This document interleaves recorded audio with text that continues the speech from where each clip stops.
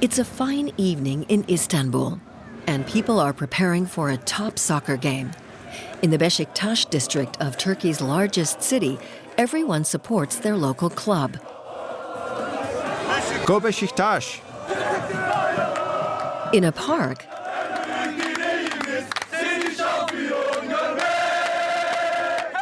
these top fans are very loyal. We'd give everything for Beşiktaş and expect nothing back. We dedicate our lives and money to the club. Look, this is the Beşiktaş Eagle. This group of fans is called Çarşı. They describe themselves as extreme left-wing critics of the system. Show them the tattoo. Some of them are even tattooed with an A for anarchy. These soccer fans are not afraid to stand up to authority. They take part in all the demonstrations because Beşiktaş is traditionally the club of the Kemalists who oppose President Erdogan. On walls and in shops, there are portraits of Mustafa Kemal Atatürk. He's seen as the father of the secular republic founded in 1923. Tonight, the fans are facing their worst enemy, Başakşehir, a team that belongs to associates of President Erdogan. We Çarşı members from Beşiktaş are on the side of the workers and the oppressed. We don't like Başakşehir because they are a political team. It's a team built up and supported by the government, so we hate them. This is what the arch enemy looks like.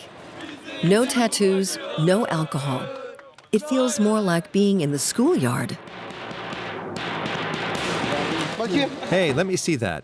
Put it away. Erdogan has grasped all too well the power that soccer has over young people and society. Using lavish donations from his industry friends, he built the Başakşehir club from scratch as a vehicle to spread his ideas. On the day the stadium was inaugurated, the president even graced the pitch himself. Erdogan grabs the ball and scores a goal. Erdogan goes on to score a hat-trick against a very feeble defense. The young fans are looked after by Burak Bilgili. The municipal employee is a supporter of the president's party, the AK party. Our president is very involved in the Başakşehir district. He founded the club, so it's normal that he's on our side. That's why we named our fan group 1453. The date symbolizes the city of Istanbul. The name is no coincidence. 1453 is when Constantinople was conquered by Sultan Mehmet II, one of Erdogan's idols. A few weeks after the recent earthquake, which killed around 45,000 people in Turkey, fans chanted hostile anti-government slogans in the stands. The government was criticized for its abysmal disaster management.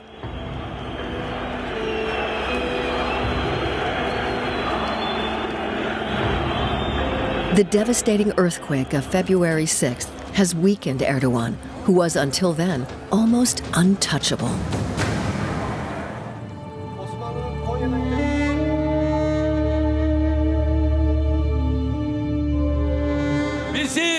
God does not leave us without love.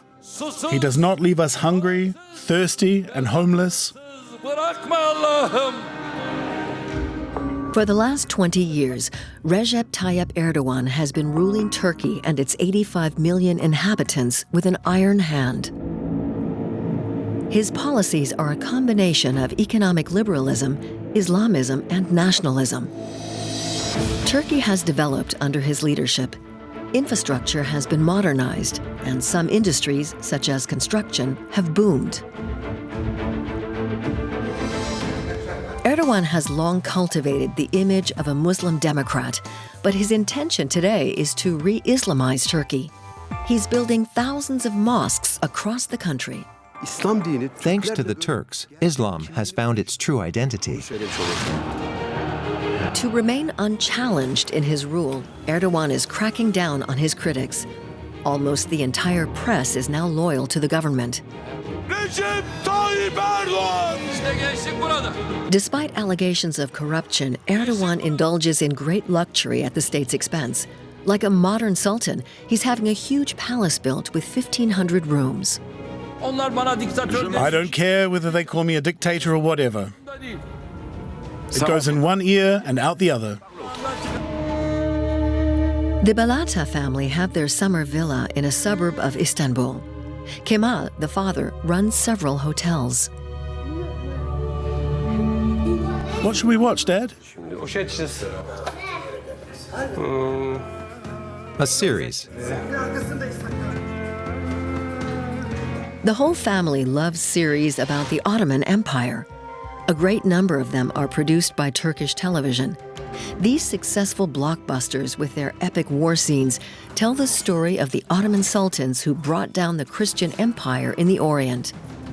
They're also a good export to the Arab-Muslim world. Erdogan soon realized how useful it was to revive this Turkish identity and celebrate the victory of Islam over Christianity. In his official promotional clips, Erdogan follows in the footsteps of Sultan Mehmet II, who conquered Constantinople. Inspired by him, he strides proudly past his troops.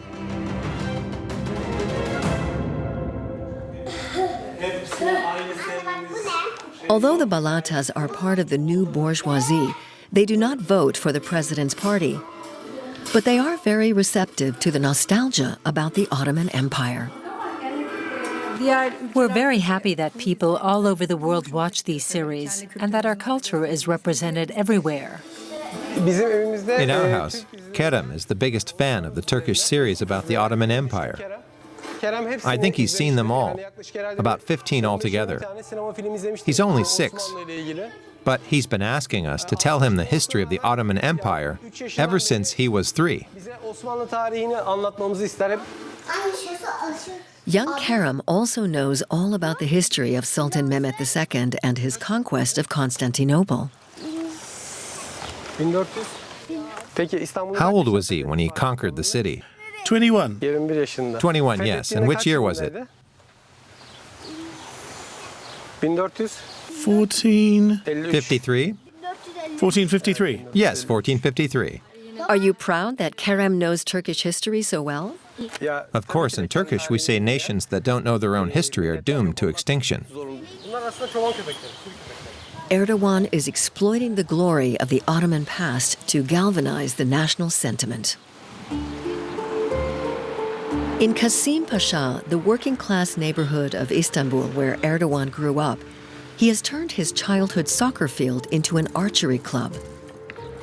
In the Ottoman Empire, the bow was the horseman's weapon. Erdogan was our neighbor. If we met today, he would beckon us over.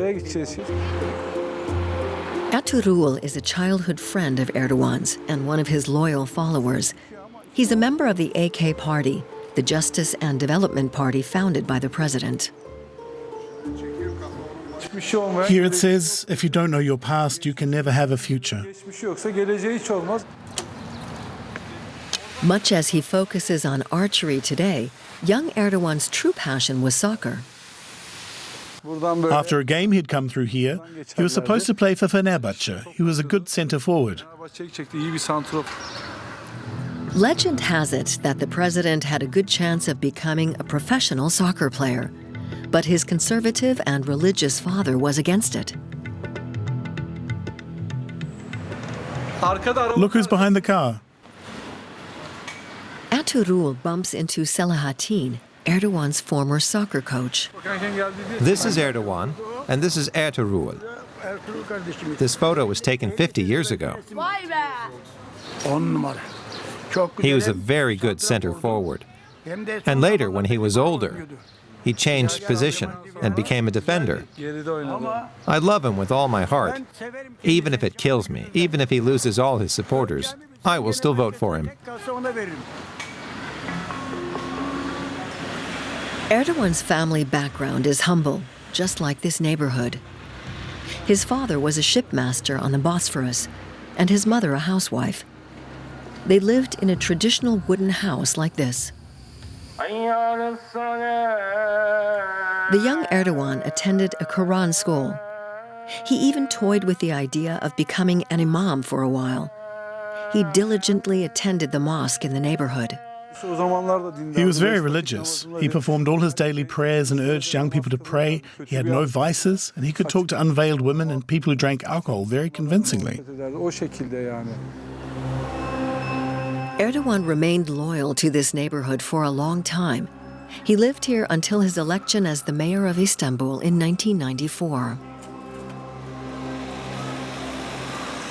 She says that our president is an international leader.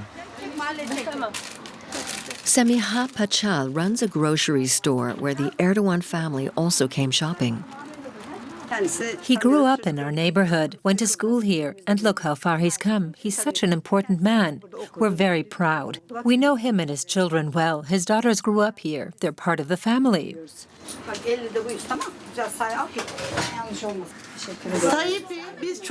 We love Tayyip. He's our mom, our dad. He's everything to us. You know, we're behind him, whatever he does. Recep Tayyip Erdogan's humble childhood fueled a dislike of the leftist elites who imposed strict secularism on the entire country. He decided to take his first steps into politics with the Islamist Welfare Party and was elected mayor of Istanbul in 1994. The minarets will be our bayonets, the domes will be our helmets, the mosques will be our barracks, and the believers our soldiers. This fundamentalist and nationalist poem went down badly in secular Turkey. He was sentenced to 10 months in prison, of which he served 4. I'm first and foremost a Muslim. After his release, Erdogan radically changed his strategy. He now concealed his intentions and presented himself as a Muslim Democrat. From today onwards, nothing will be the same in Turkey. In 2001, he founded the AK Party. He achieved one electoral success after the other, becoming prime minister in 2003. Erdogan sought reforms and endeavored to lead the country into European Union membership, but negotiations have stalled. I'm definitely in favor of partnership with Turkey, but not EU membership. Since Turkey's application was turned down, Erdogan has maintained a conflicted relationship with Europe. He regularly threatens to allow Syrian refugees to travel on to Europe. If the refugees cannot live honorably on their own soil, in their own countries, we must all jointly bear the burden. He has laid claim to part of the territory of neighboring Greece and even threatened war. Hey, Greece, take a look at our history. If you keep provoking us, there will be severe consequences. Since the war in Ukraine, Erdogan has strategized on Turkey's NATO membership and his close ties with Putin to strengthen his position and play the peacemaker. But as an alleged peacemaker, Erdogan did not hesitate to bomb northern Syria and take action against the Kurds, his arch enemies, to strengthen his voter base.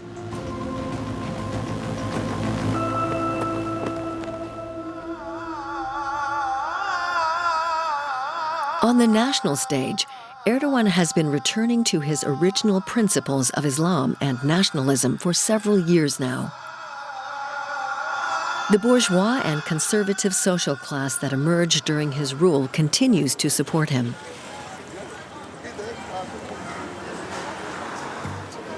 During the AK Party's tenure, the number of construction companies has increased by 43% in 10 years. The turnover of the industry has exploded, peaking at 126 billion euros in 2017. But now this system is starting to crumble. It is precisely these construction companies and the authorities who are held responsible for the consequences of the devastating earthquake that hit southern Turkey in February. New apartment blocks collapsed in the quake like a house of cards.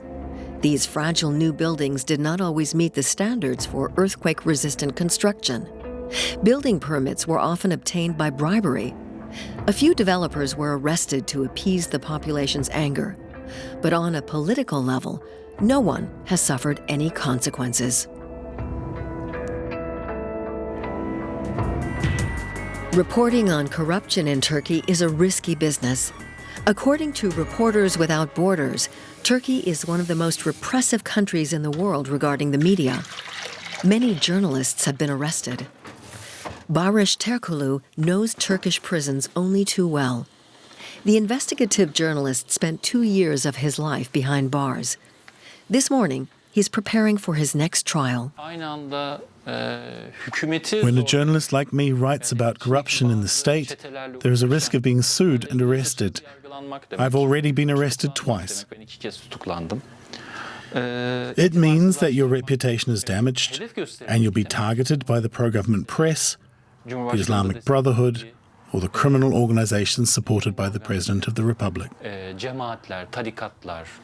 So yes, being a journalist in Turkey is dangerous. Terkulu is a best-selling author. His books make the rulers very uncomfortable. This book is one of the best-selling books in Turkey. It's the second volume of a series of books researching those in power.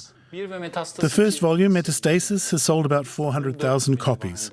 With the second volume, we're already at over 200,000 copies. It is currently one of the best-selling books, but also the book that attracts the most complaints. In his books, Terkulu denounces the infiltration of the state by Islamist sects. He reports how Erdogan has enabled them to establish themselves at the heart of the system in strategic positions in the army and police.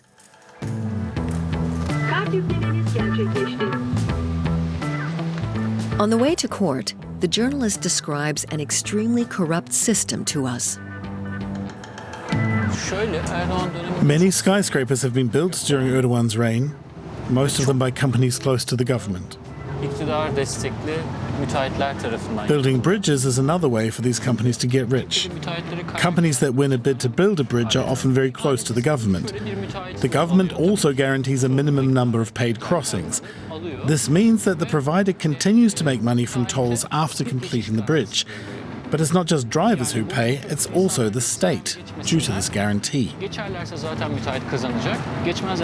That's 770 million euros per year alone for the most recently built bridge, the Sultan Selim Bridge. Terkulu and other bold journalists want to know what the state is getting in return for the extortionate sums they provide to the president's business friends. In 2014, when some members of the government were under investigation for corruption, recordings of compromising phone conversations attributed to Erdogan and his son Bilal surfaced on the internet. Bilal, there's an anti-corruption investigation, right? Right. They'll be doing a house search, do you understand? Listen, whatever you've got in your house, get rid of it. Got it? What do you mean, Father? There's only cash in the safe. That's what I mean. Bilal allegedly called his father back a few hours later. Good evening. Did you get rid of everything?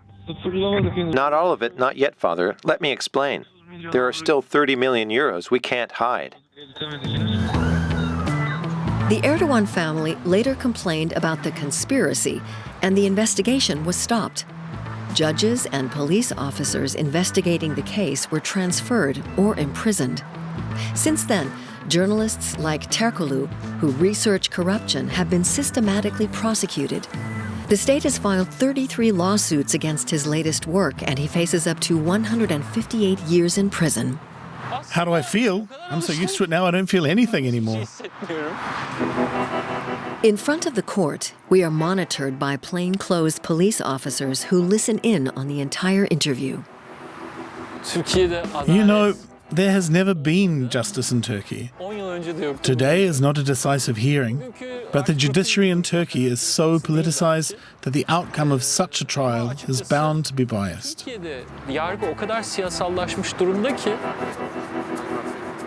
The hearing yields nothing concrete, but Terkulu suspects that it will not be his last.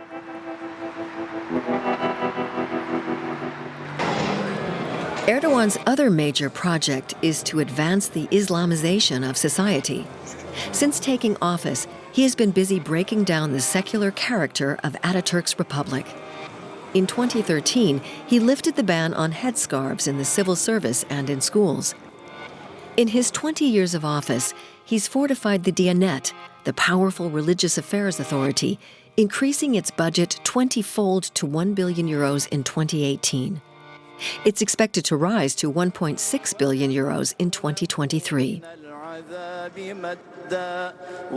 Erdogan fulfilled one of his greatest promises in July 2020, turning the Hagia Sophia, which had been a museum since 1934, into a mosque again. The Byzantine mosaics are now hidden behind white cloth. When the supreme head of the Diyanet, Imam Ali Erbash, climbs the pulpit, he does so like an Ottoman conqueror, with a scimitar in his hand. My honorable Muslim brothers and sisters, Erdogan is in the front row, listening attentively to his imam's politicized sermon.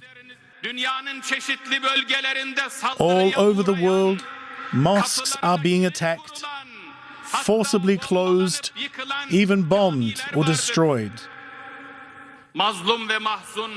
Millions of Muslims are oppressed.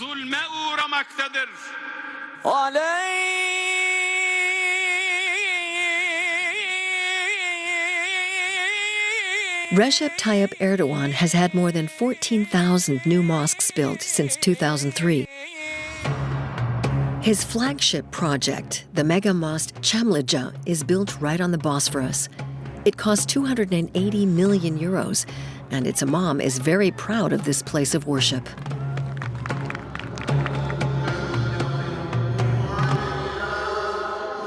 As you can see, it was built true to the Ottoman style of architecture. Measured by the height and the width of the dome, it's the largest mosque in Turkey, maybe even in the world. As far as the architecture of religious buildings goes, it's the top of the league.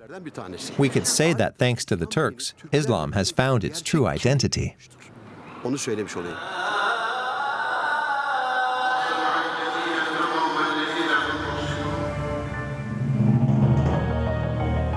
For anyone who openly opposes Erdogan's religious project, the consequences can be severe.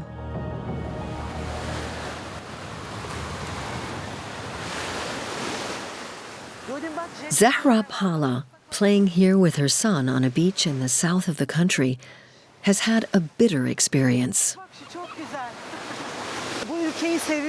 I like this country very much, its natural beauty and climate.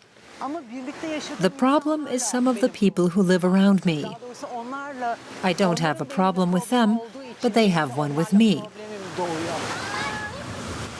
Pala is an activist in the Association of Atheism in Turkey. She's been threatened by the clergy because of her public statements and lives in constant fear of attack. I'm afraid for my own safety and for my son. I always keep an eye on him, even if I'm just sitting here and he's playing.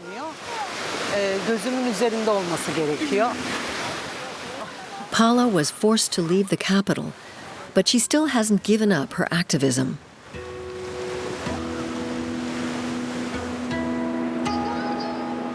Tonight, she has an appointment in Izmir, the third largest city in the country. It's a laid-back coastal city on the Aegean Sea. It's also a stronghold of the Kemalist left. In this suburb, Pala is looking for Kahraman's cafe. He's a man who, like her, is being pressured by the clergy. Mr. Kahraman.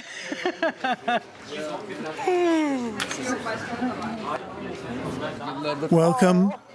For years we've only met virtually. Now we're meeting in person. Yes, we've never met, but she's always supported me. We've communicated a lot over social media. It feels strange now. Kahraman is not just a cafe owner. He's also a high school history teacher. He had the audacity to show his students Cosmos, a documentary about the origin of the universe, which the religious authorities did not like. Of course, people can be very religious, but they should also be able to think and reflect for themselves. You can be devout and enlightened at the same time. Of course, but once you start asking questions, you quickly start doubting. Yes, little by little you lose your religious certainties and become less naive. After showing the film to his students, Kahraman got into trouble with the education authorities. They accused me of showing a documentary about atheism in a country where 97% of the population is Muslim. Since I was sure I'd be fired, I opened a cafe and called it Cosmos. The vast majority of Kahraman's students support him. This documentary presents facts supported by the international scientific literature. Showing the film does not contradict religion. This is not propaganda. We've all learned a lot from him. Personally, I think he's helped us to structure our thoughts better. President Erdogan is pushing Islamization, harassing the press, and putting political opponents under pressure. But he has less of a grip on the severe economic crisis affecting the country. He may have always had overwhelming majorities in rural areas, but now people can barely afford to eat, and he's losing popularity there, despite winning the latest election. Rize on the Black Sea is where the president's family comes from. Come on, girls. Yildiz and her family have been growing tea for generations.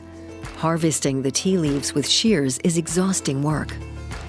According to official figures, inflation is galloping at 64%, but independent economists say it's closer to 140%.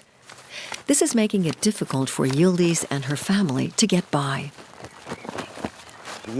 For some years now, we have been earning much less. We don't make enough money anymore. Living costs have gone up so much.